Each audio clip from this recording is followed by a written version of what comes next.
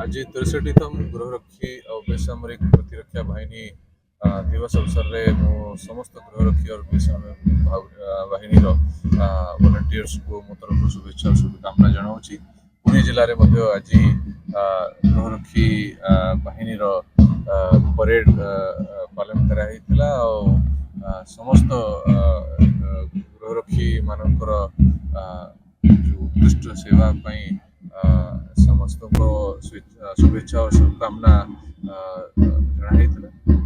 15 जन गृहरक्षी मानक उत्तम सेवा प्रदान करने से आज रिवॉर्ड कराई और आज दिन बहुत गुरुत्वपूर्ण जिते भी आम गृहरक्षी अच्छा सबु क्षेत्र में से माने कार्यरत रोचंती। ट्रैफिक हो कि हमर थाना रे क्राइम कंट्रोल हो सब प्रकार काम रे से माने सहायता करूछंती आउ से मानकर रोल सब बेले आम पई गुरुत्वपूर्ण रहउछि।